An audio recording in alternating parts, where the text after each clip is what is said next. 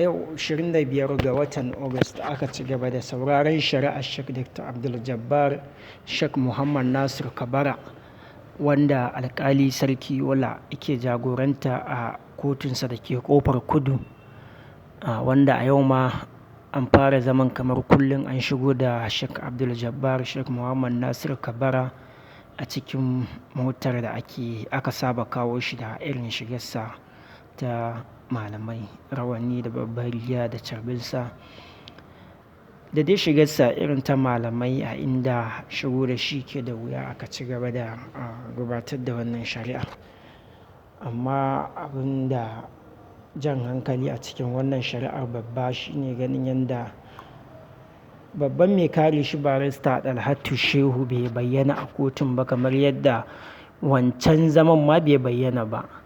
A cikin zaman ma dai Sheikh Abdul Jabbar ya roƙi wato alƙali cewa yana so ya umarci shi a barista Dalhatu Shehu da cewa izo wannan kotu don yana son yi masa wasu tambayoyi. Assalamu alaikum warahmatullahi wabarakatuh. Za mu shiga cikin abin da aka yi a kotun direct.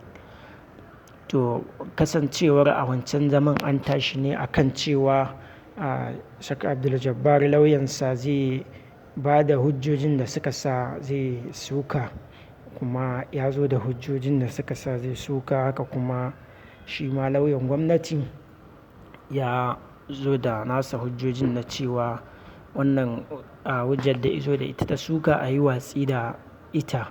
Shi ma lauyan Sheikh Dr. Abdul Jabbar ya ce lalle a yi watsi ma da wannan shari'ar, a sallamu malamin yi tafiyarsa, domin cewa tugumar ma da ake mashi ba ta hau kan layi ba, kuma ƙarya ce kawai. Haka san ɗin lauyan gwamnati shi ma ya ce a yi watsi da wannan roƙo nasa domin ya saɓa wa doka.